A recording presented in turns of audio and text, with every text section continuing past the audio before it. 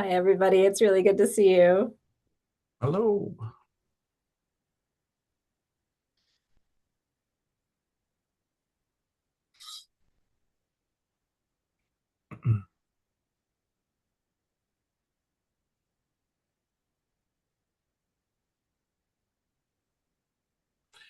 And happy to report, Amy, that we do have a quorum. I think that Paul is on vacation.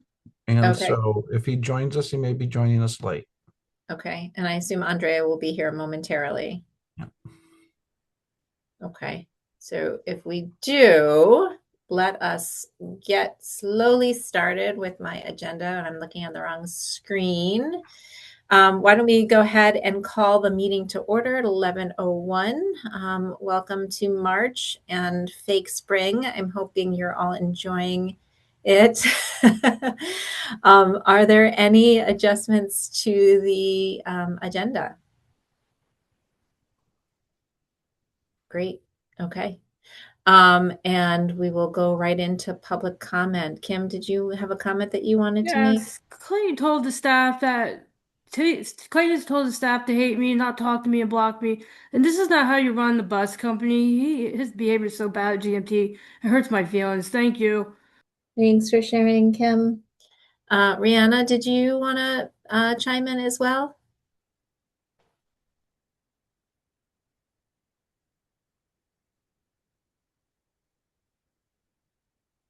You do, and we're having technical difficulties again. Oh no.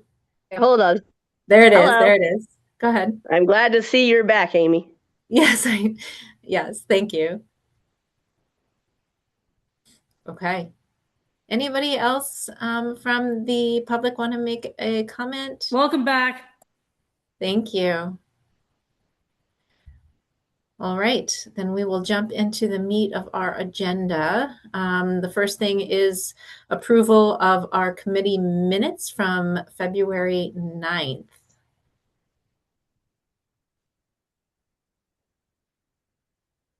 I'll entertain a motion to approve.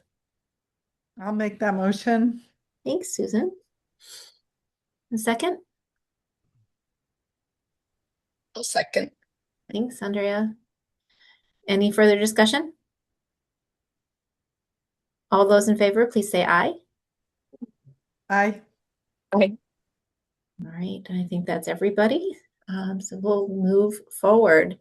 One of the things we get to discuss today is our statute and continuing to suggest changes that give us the flexibility we need to function well in a changing world. So, Clayton, do you want to talk us through a little bit more of that? Sure. And so I'll share the language with you first. One of the things I wanted to do is just sort of apologize, though, that this is something that when we were considering different statutory updates in the fall, this did not come to mind. Really, what was triggering the need to have something like this was our continued conversations with the University of Vermont Medical Center and their desire to have us restore service on the number 11 to the front door of the hospital, and then realizing how that would play out using our formula for assessment. And so I want to let folks know that I would have preferred that we have gone through a process where we spent a lot of time vetting language and talking with the full board about the need for this. But when I saw that saw that there was an opportunity to get it accomplished and then coordinated with Amy about moving forward, I just want to acknowledge that I think that was the right decision, but normally I would prefer a more inclusive and longer process. So I just want to sort of start out with that. So the reason for the changes is that one of the concerns that I have had is how the formula for assessment that we do really sort of focuses on the having costs come from municipalities, and also means that when we add service, we are almost always adding to our deficit. And the reason for that is because when we add service, the municipality where that service happens to occur will pay about 20% of the cost of that service. And then the other approximately 80% comes out of our existing state and federal funding. And so what I wanted to be able to do was to be able to have us have establish so that we can collect local match from somebody other than municipalities. So thinking again about the hospital's request, I would like to be able to say, hey, you know, if you would like to do that, here is the cost, and then be able to have them pay a cost that would actually pay for the service and not increase our deficit. So to accomplish this, I'm going to share my screen now. Oops. If I can remember how to do it correctly. And so what you should be seeing here is just section 7 of chapter 801 of our appendix. And you'll see that there's 2 areas where we have language added. There are no amendments to the language, just additions. And so you can see that there is language here that makes it very clear that we can establish or collect revenue from outside of our formula for assessment. And then adding a little more guidelines, a new section F that makes it clear that this is not a replacement to our formula for apportionment, and it is as an addition to, and also making it clear that we can accept these funds for local match, capital projects, or ongoing operations, which means that we will be able to use them for pretty much anything that we would like to. And so I'm going to stop sharing so that I can look at folks again, but I can pull this back up if anyone has any questions. And so how this will work in practice, I already talked a little bit about the hospital's request, but we also know that we have similar, or not, I wouldn't say similar, but we've had other requests where our formula for assessment really would be challenging to use. And so in addition to UVM's request for the front door, you know, not too long ago, you know, Beta, you know, talked to us about potentially adding or having our service be more helpful to them. That would also be another scenario where a large organization would request a service change, but the full cost of the change would then be borne by the, you know, municipality or municipalities. We know that we would like to be able to offer special event service, whether those are fairs or concerts, and again, having it go through a formula for apportionment would be challenging. So what I wanted to do was let folks know what it exactly was requested, give folks an opportunity to respond to that. The T-bill has not been introduced, at least to the best of my knowledge. I don't think it's come out yet. And but my understanding is that the House Transportation Committee is supportive of this language and will be including it in the T-bill. Oh, let me Dan. And Dan, perfect timing. And also, in addition to the House Transportation Committee seeming to support this language, VTrans has been neutral on it. I think that they see it as positive, but since it sort of involves our local, you know, funding situation, are remaining neutral, and so at least that means that they are have not proposed anything that would be a counter to our recommended language. And I think that this will hopefully give us greater flexibility to respond to demands, and in doing so in such a way that will stay financially whole. So, and I'll be welcome to answer any questions and talk to board members. Susan. Yeah, so I had two questions. Forgive me for my ignorance. I feel like I should already know the answers to these things, but in the two sections, the new language. So what is the significance of including the words local match? So when I think of local match, it seems tied to the state or federal funding opportunities. And I'm wondering if that's true, because I noticed that in the second paragraph, you include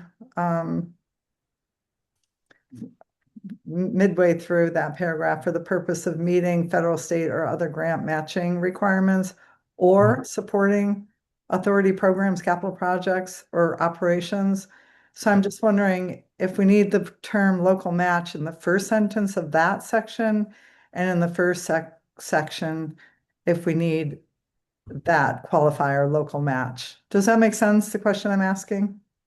Sure. And I think probably the reason why that language was included is just because there's been a sort of past intent that our assessments pay for the local match, and I think that they just wanted to be clear that the money raised could be used for local match, but then it could be that or accept voluntary local match contributions from a member municipality or from another public or private source for the purpose of blah blah. I do realize it's kind of wordy and long, but I think that what that just does is make it clear that we can use it as local match as we've traditionally done, or we can use it, to run operations, and operations is sort of the key word that I wanted included there, because I see that as giving us the maximum flexibility. Are you concerned that the first in the very first paragraph, that it feels limiting to me in the way that that's written, and I just want to make sure that whatever funds we're raising we can use for anything? It may be local match, but it might be something else. Yeah. So I just want to make sure that it's clear to anybody reading this that that's the case, that we're not just restricting us to collecting local match.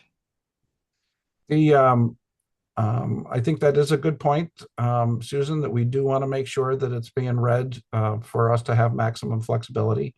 And so perhaps what we want to do is tweak that top language just to make sure that it can be clear that it's expansive. Okay, great. Thank you. And then my second question is just relates to the very first sentence of the existing language. I was just wondering if you could explain the accept membership assessments clause there, because I thought we included in this is just for my own edification, I thought we included in our proposed budget the net local match that is required. Is that not right? We do. And so when you say the first statement, are you looking at 7A? Yeah, 7A, where it says that we shall prepare budget for the authority, which will include an estimate of revenue, except membership assessments. Yeah. Do we not include an estimate of? We do. The full? We don't do the apportionment, but at least the full? We actually do include, the estimates when we pass the budget. And so, okay. This is an example of, if I had it my way, I would probably do a strike all of our entire statute and start from scratch, because I think it's filled with little things like this. But what I didn't want to do is try to address other concerns and then suddenly have this seem complicated. Yeah, that makes sense to me too. Yep. Thanks. Thank you.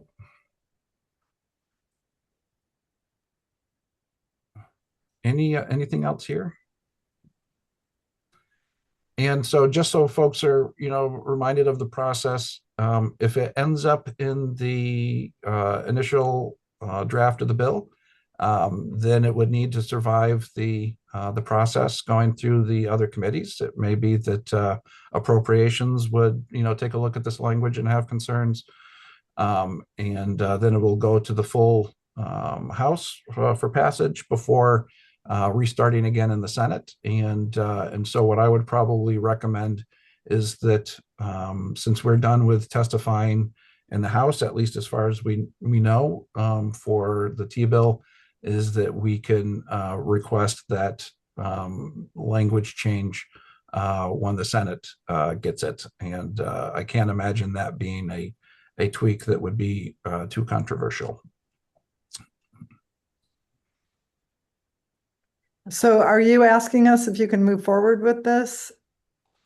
So That the script would decide that, or does it need to go to the full board? Yeah, just wondering about the timing. So if I did ask you for permission, it would be retroactive permission. And okay. So I'm not sure it's necessary, and we don't really have a rule or guidance about, that says that that I have to have the full board's, authority to, to make changes. That's probably something that we should consider as we look to improve our governance over the years. But really what I just wanted to make sure is that nobody saw this and like a light bulb went off and was like, oh my God, that's going to impact such and such. So that we would be able to stop this before it went too much further if there was something we hadn't considered. So I guess I'll just say that this is something that I strongly think should go in front of the board before moving forward with a request like this. However, in this case, I think it's something we really need to do as soon as possible. So I'm okay with where we stand with this. I'm hoping you can make sure that language is clearer than how I read it today, but otherwise I think I'm okay with how we're moving forward on this. Sounds good to me. And so, Amy, would you want to entertain a motion to recommend these changes to the full board? Yes. Yep. And I was just going to make my own 2 cents heard in that I really appreciate being able to go to the legislature with a really kind of request that gives us a little bit more flexibility to be nimble in how we raise funds as a creative way to continue to make sure that we're sustainable in the work that we do. I think that is a nice request to go with instead of all the alternatives. So I think it will be well heard. So with that said, I will entertain a motion to recommend this to the and this is not an action item on our agenda, so this is just kind of a non-binding. Let's recommend it to the board. To the board. I'm kind of amazed that we actually haven't thought to do this language sooner. So nice job, Clayton. It was. I should have thought of this 2 years ago when I heard from Ed Adrian about the limitations of our formula for apportionment, and instead of just accepting those constraints, I should have rallied then. But better late than never. Understandable. No, I'm just amazed that after all these years we haven't thought of this. But thank you for your work. Yeah, I do really hope that this gives us the opportunity to both reach the places that riders need to reach and also to attract new riders to the system. So I will move to recommend it to the full board. Anyone want a second? Austin, you're not on mute. Do you want to second that? Second. Any further discussion? All those in favor, please say aye. Aye. Aye. Okay. All in favor. So we'll move that forward kind of informally to the board. And again, thank you for thinking about it. The next item on our agenda is price guidance for negotiations. I'll let you tackle that, Clayton. Sure. And so on the infinite to-do list of rules that we need to establish for our governance, clearly is going to need to be a rule when it comes to pricing. what I would like to suggest is that in the absence of a rule, that I establish clear expectations with the board, that we have certain things that will, in the past, maybe I would be able to do on my own, that I think should come to the full board for consideration. And so the thing that I'm concerned about is that we have ongoing negotiations that have to deal into three different types of categories. The first is unlimited access agreements for our current UA partners, like the hospital, UVM, and Champlain. One of the things that we have noticed in the past is that the price per ride for these unlimited access agreements are, well below $1, which is, our discounted fare amount. And one of the things that I'm hoping that we're going to be able to do is negotiate, I think, prices that are not devaluing our service.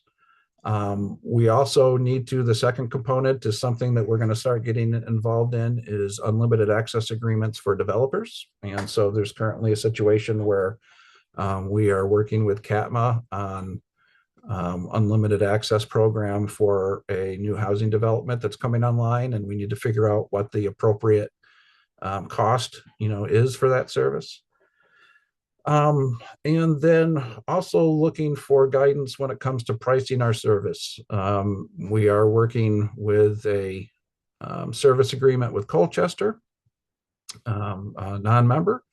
And we're also likely with a rural transfer needing to think about contributions from Montpelier, Waterbury, St. Albans for link service. Again, these are going to be sort of establishing new fees. And I think that what I don't want to do is be able to enter into these agreements as the general manager without the board review. And so this is essentially letting you all know that I'm going to be bringing some of these things to you all in the coming months. Also, I will be, as we go along in the progress or in the process, we'll be, potentially drafting a rule that would accompany things, so that as we, go through this process, we can work on our governance as well. But I just wanted to let you know that in times past, like I have signed the contract for our UA agreement without board approval. And I think that, at least for now, I want to be able to bring all of these back to the board. I want to make sure that you all are okay with that. In some ways, this is, I'm hoping, will give me some additional bargaining power, because, I'll be able to be truthful that, it's not just convincing me that this is a good deal, that I'll have to come back and convince the board that this is a good deal. And so any concerns or thoughts on that before I start filling up your agendas with pricing type situations? Go ahead, Susan. So I have two questions. One is the unlimited access agreements. How are those allowed under our, what we just read, our current legislative authority? How is that allowed? Because it could be considered fares. And so we are allowed to accept fares. Okay, thank you. Yeah. And then my second question is about Colchester being a non-member. I don't know the history of all of that. Yep. And so I would be curious at some point to better understand how that situation happened, what our board's thoughts about allowing that kind of situation to exist. And I'm curious about, if they were a member, what their assessment would be as compared to what they have been paying. I just think this is information that we should know. I don't know it, maybe others do. Yep. But that would be helpful. Well, I think that what would probably then make sense is to give you all the sort of background that you all need to make informed decisions is that maybe for our March board meeting, and if that's too soon, then our April board meeting, have John, who has negotiated the last 6-year contract with Colchester and is negotiating the current one, sort of provide us that background. And one of the reasons why we've been sort of okay with establishing this sort of agreement, even though, I'm not sure based on the very restrictive language in our statute, this is kind of an outside agreement, but since it's not with a member, that's why the formula for assessment, seems to be not, we don't necessarily have to follow that for a non-member. And so, and John can walk us through, how we've established their contribution levels in the past and now.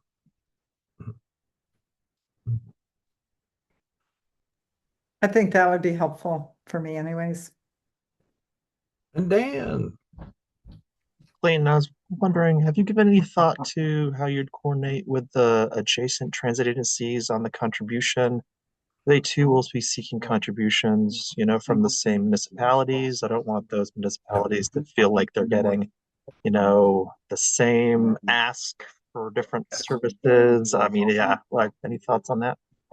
Well, I think that one of the things that we'll need to do while we're in the grant development process for next year is coordinating with RCT and TVT, making sure that there's clarity that link funding would be part of GMT's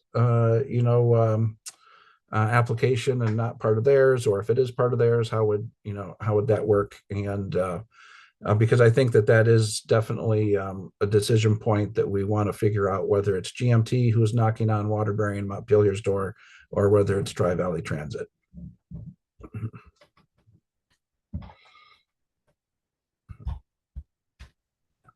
Other thoughts or questions?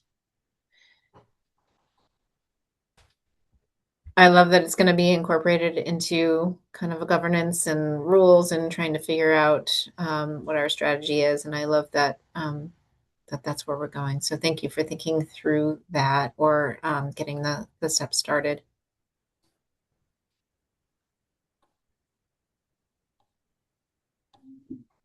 Okay. Looking forward to that as we go forward. It'll be nice to have some sort of guidance that allows us to not be undervalued or underpriced. That'd be great. Talking about Clean Cities Coalition. Let's talk more about that. Yes, and so this is something that I'm very excited about. And so the Clean Cities Coalition is a nationwide effort, and it has sort of local chapters. And so the Clean Cities Coalition in Vermont is headed by Peggy O'Neill Vivanco. And folks may recall that Peggy had worked with Connor Smith in our shop on a presentation this past fall on alternative fuel sources. And so the Clean Cities Coalition had an interruption with their federal funding and seemed like they were probably going to stop operating. But a few weeks ago, there was good news that they will continue to operate. One of the things that the coalition has as part of its mission is supporting public transit, supporting public transit awareness, supporting public transit governance. And so one of the things that I met with her, last week, and one of the things that we were explored was how the Clean Cities Coalition could provide support to the GMT board in areas where we know that we need help. And so one of the things that that Peggy feels that would be within their scope of work would be helping us redo our board orientation package. She is also interested in working to provide, as part of their program, ongoing transit training to commissioners, helping commissioners keep their legislative bodies up to date. And so we talked about, potential templates that that staff would, create with, say, the ridership data for the last quarter for each municipality to commissioners, that then they would, sort of repackage and submit it to their legislative bodies, to make sure that commissioners are staying involved with their appointing authority. And so this is work that I had originally intended for a new board manager position. And so I'm happy to say that I think that by having Clean Cities focus on this, then that they'll pay for it.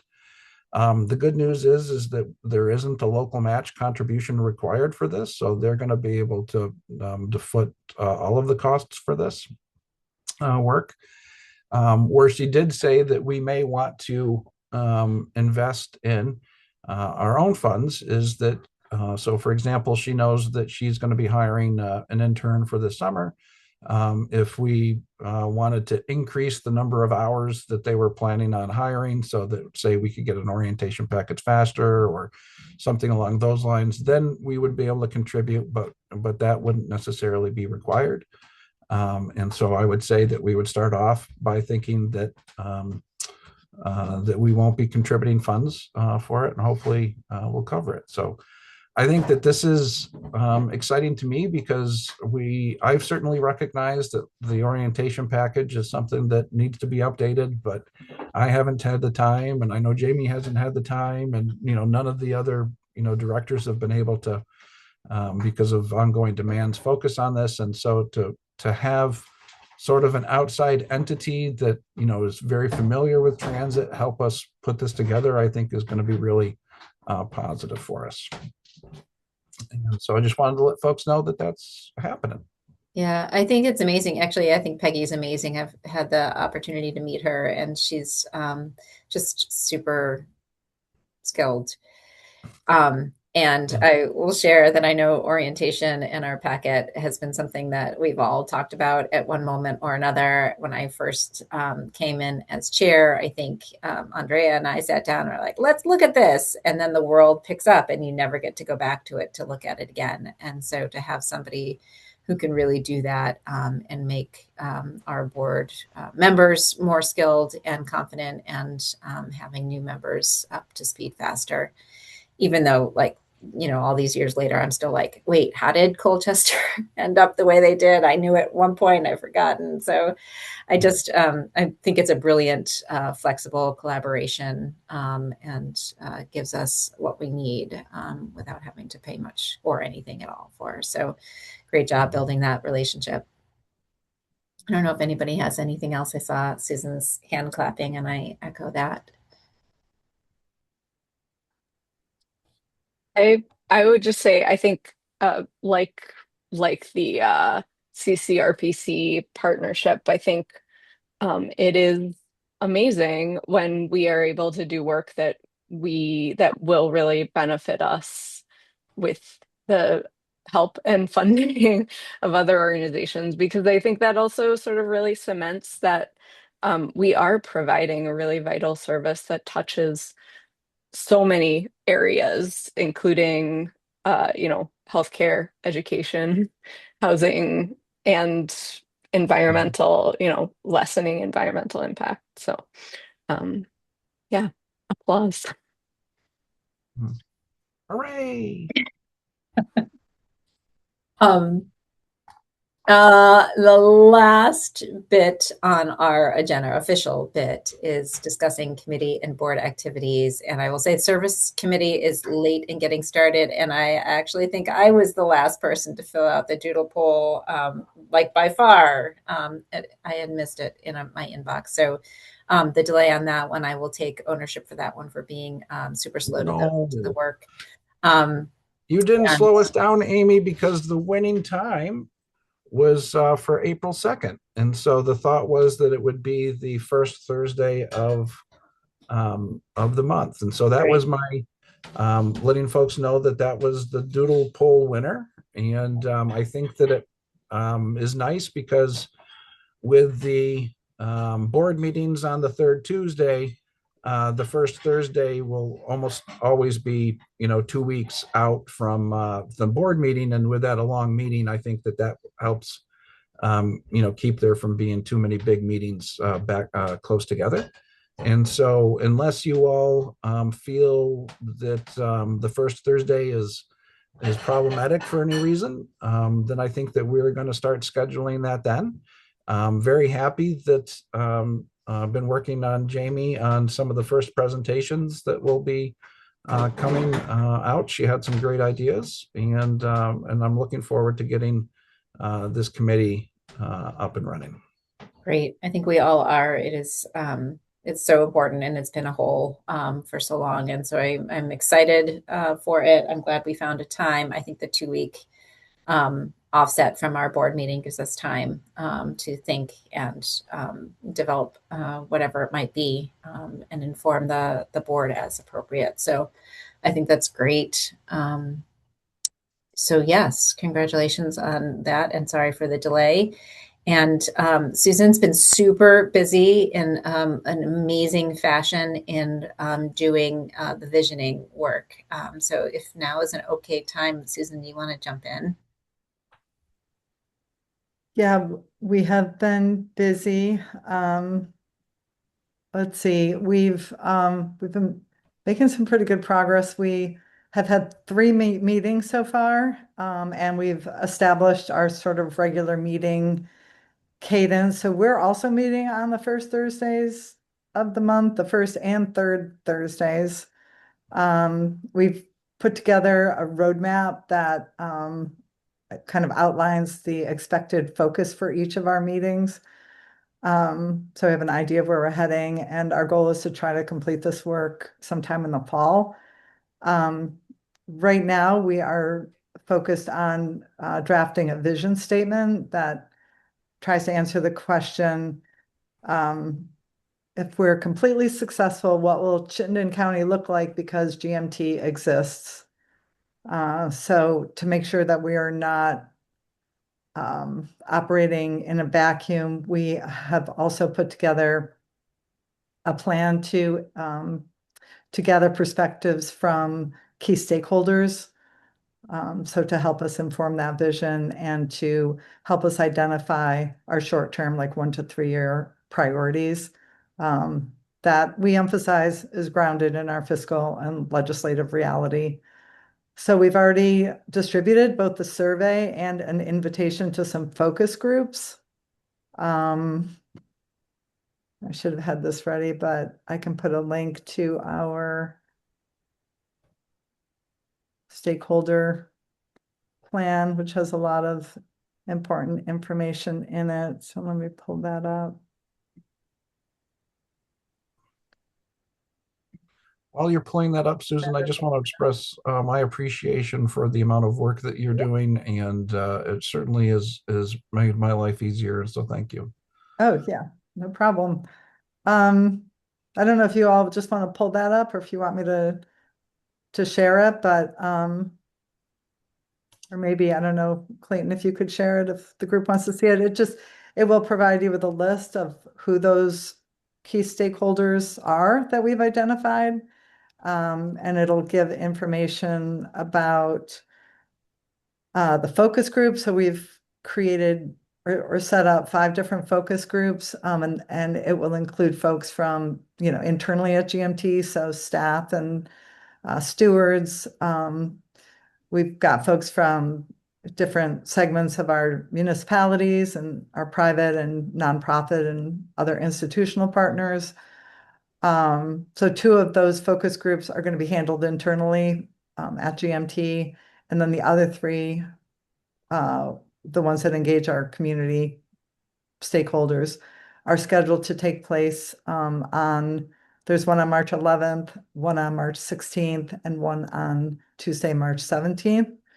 So those invitations have been sent out, and we've also asked those participants to complete the survey, and we've invited those folks to also share out that survey to folks in their network that they think would be interested in completing it. So far, we've got 10 responses to the survey. We're hoping to get, keep the survey open till about March 15th so that we can analyze the input and have it ready for the next time we meet, which will actually be the fourth Thursday for this month. So we've got time to look at that feedback and analyze it. So today I was hoping to get support from everybody here to distribute our survey out to the full board. And also because we're trying to figure out how we can get feedback from the folks that are really thinking about transit in the work that they do. So we had a thought that we could invite our board members to distribute the survey to those sort of community groups that think about transit and the work that they do. You'll see, I don't know, Clayton, if you've had a chance to share the document, but I put together a list of what those community groups might be. So I'd like to ask our board members, I can give them, some language to use, but to invite folks from these different groups in their communities to complete the survey. So, and again, our thought is to try to get input, understanding that we are moving quickly, to try to get some decision-making frameworks in place as soon as possible. We're soliciting some feedback from sort of key stakeholders with the idea that we would go out to the broader public at the end of this process or as part of the update to the transit development plan. So we would get kind of feedback from everybody on the direction that we ultimately, decide to move towards. So Clayton, did you have a chance to pull up the? So I did go through the, I'll share again, the key stakeholders. And was there something other than the key stakeholders? Yeah, there's a new tab on that document. So this document is composed of multiple tabs. So providing information on the focus group questions and the survey questions. And at the very bottom, I put together a tab called Board Commissioner Survey or Invitation to the Survey. And the first group here are sort of the key folks I thought in the community that they should make aware of the work that we're doing and get their input on the survey. So I've got the select board, city councils, town planners, transportation committees, so a whole list of key groups there. And then I've added a bunch of other groups that if their town has them, that they might be also might be worthwhile to reach out to them as well. So this is asking our board commissioners to do some work on behalf of the strategic plan. Just wanted to kind of pass that by you all and make sure you think that's a good idea. And if you do, I'll go ahead and send that request out to them later today. I certainly think it's a good idea. I think oftentimes there's ways that we can use our connections and our communications both to build network and relationships, but also to do this kind of thing. And so I'm super happy to do this. And I love that I love all the work that you've done in this committee, by the way. It's been so organized and thorough, but this gives us a chance to engage with it and to communicate with our partners and municipalities. So certainly it's super helpful for the one request is, as we're thinking about this, if, for the municipality specific stuff, that's a no-brainer, right? Charlene and I can figure out who's doing that for Williston, for example. But for entities like Melissa Needham at the Department of Health, we may just want to assign a single person to do that instead of all of us tackling Melissa. She's super nice, so yeah, you can actually put my name down if you want, but like a way to put down a name for those entities. Yeah, that makes sense. Austin. And Susan, I'm happy to coordinate with you and Jamie on if some of those we should reach out, GMT staff, and happy to do that. Oh, if you could just, if there are contacts for any of those, I mean, I'm happy to reach out to them. Yeah, I've already kind of put together a letter explaining what we're doing. So just go ahead and add that contact information. Thank you. Dan. Yeah, just a question. I don't see any other transit agencies or the state of Vermont or VPTA or Medicaid, some of the other players in the transit field that are adjacent to Chittenden County. So I just wanted to ask if you had intended to reach out to them separately, if they need to be part of the groups you're forming. And my stupid phone keeps recording this conversation. Don't know why. But yeah. Well, I will say with V-Trans anyways, or the state, we felt like the fact that they are, I'm not sure this is a great reason, but that they are funders of GMT's work, that maybe setting the vision was better guided by the communities using the service. We didn't really talk about, as I recall, VPTA or adjacent transit agencies. That did not come up when we were brainstorming our list of stakeholders that we wanted to hear from at this point in the process. And so, Dan, I do want to apologize for not considering that before and advising Susan and others, but I think that our intention really is, and going through this, is thinking about the fact that we are an urban-only entity after July 1st, and sort of it's more of our own navel gazing for what that means with us just being a urban-only entity. Thanks. I'm now laughing at the phrase navel gazing, which always makes me laugh every time I hear it. But Austin, Andrea, do you have other thoughts or questions, comments? I'm very impressed at the work that this committee's been doing. Thank you, Susan. And I know that I have a fellow city board member who is much more connected to the actual city, but happy to do reaching out on behalf of you guys for this survey. And I'm curious, as members of the leadership committee, I've been copying Amy on everything. I'm just wondering if, as the leadership committee, if you're also interested in receiving copies so that you can stay a little bit more involved and share feedback as we're going along, rather than getting this kind of update. I'm happy to do that, but I don't want to swamp your probably already overly full inboxes. I'd be interested in seeing things as they come up, obviously assuming it doesn't become a board quorum on the email, I guess. But yeah. That's a good point.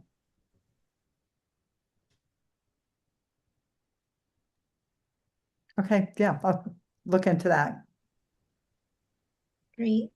Thank you. Thank you. And I have not kept up with all that you're doing. You move at a much faster pace than I do, which is wonderful to have you doing this, because it's able to move at the pace that it needs to go. And it went from an idea to scheduled focus groups in a hot second, and it is impressive, and will yield super amazing feedback for which we can be acting on. So I said I appreciate it. I said I'm thankful, but I want you to know how much it's noticed and how well it's being done. So thank you. Well, I want to be clear that we couldn't move at this pace without the support of everybody involved in the group. So, a call out to GMT staff for helping move this along as quickly as we have, and of course, my committee members. Awesome. Thanks. And I see all of us on joining us today. So I think she's a committee members as well. Great brains sitting in that space. I appreciate all of you. Great. You have a committee related thing I'd like to bring up. Thanks. And so I had mentioned earlier that the Clean Cities Coalition and Peggy would be very interested in working on ongoing training for board members. But one of the things that I discussed with Peggy was that since she probably wasn't going to be able to have a focus on this until perhaps the fall, that I'm thinking about starting a monthly warning of possible quorum, where we just put out a training topic, so hey, Friday at 11 on such and such time, we're going to talk about how stick factors work. And if people want to show up, they show up. We'll record it. And then we'll send it out for folks to see. It'll be a board meeting in the sense that if we have a quorum, then technically it's a public meeting, but we won't be making any decisions or there. So we'll just warn of possible quorum. And so I would like to get those started by April, and so that we can get some of those under our belts before we hopefully eventually turn that over to Peggy. That's awesome.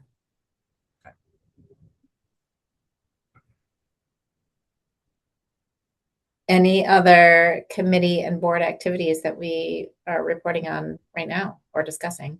I don't think so. Okay. Well, then our last agenda item before we adjourn is commissioner comments. Anyone? I have a request of commissioners, and I'm going to be making this at the board meeting as well. One of the things that's become apparent to me is that we have board members who are silently using our service as part of their everyday lives. And that is awesome. But one of the things that I think would be great is if when our board members use the service, that they thank the driver that they're with. Because one of the things from talking with Nate and the other stewards is that nobody knows that our board members are on the buses. And so that there is a perception that nobody on the board is actually using our service. And I'm sure that board members don't want to show up and seem like, hey, I'm here to tell you what to do, or I'm here to watch you. But I think that especially, Alana, Charlene, Alyssa, our folks Andrea, who are using the bus, if not daily, then close to it. I think that it would be helpful just for our drivers to know that our board members are using the service too. Great. I appreciate that. And I will add, I'm an infrequent bus rider, as we all know, I've shared, but Chapin Kaner was my mentor in riding the bus and being a commissioner. And whenever I rode with him, he was so wonderful about introducing himself and saying who he was and having this great interaction. And the couple times that I rode without Chapin and did that, I found one of a couple of reactions in which I felt I felt like I terrified the driver, and I certainly don't want to put them in that position. And then, of course, I ran into drivers who were like, "Hello, it's so nice." I had both experience. I'm shy in that manner, so I often trip over my tongue when I'm doing it. But I appreciate the thought, and it also encourages me to come out of my comfort zone and do something like that to really show the appreciation that I have. So I appreciate you saying that. Any other commissioner comments? I don't like to be perceived, but I will try to be better about introducing myself. You can at least hide behind a small child. Yeah, I'll just stick my toddler up in front of, yeah. You should try to be. Yeah, I'm finding it's best if you just let the He toddlers always keep says talking hi. for you. Yeah, he's very friendly with the bus drivers. Dan, what were you going to say? You should try being VTrans and trying to do a ghost ride, and you're the only rider on the bus. And the guy's like, "Why are you riding the bus today? I've never seen you before." And then you gotta admit who you are. So that doesn't cause blood pressure to go up. Oh God, it's the VTrans guy. We'll work on it, but I appreciate the feedback, Nate and Clayton. And we do appreciate the bus drivers and try to navigate our own personalities and being respectful of them and not making sure that they feel thanked, but not checked up on. We'll keep navigating that. But we appreciate the request. Anybody else? Yeah. Oh, yeah, Susan, there you are. I just want to say I also appreciate, Clayton, you're bringing this up. I would say even for board members who do not ride the bus, regularly. So I'm an example of somebody who has tried to ride the bus, and it's just so inconvenient for me. Like I fall in that category. I would like to be able to ride it more, but with the first mile, last mile issue and the safety issues around the particular stop that I would use in Shelburne, I've just decided that it was too difficult for me to do that.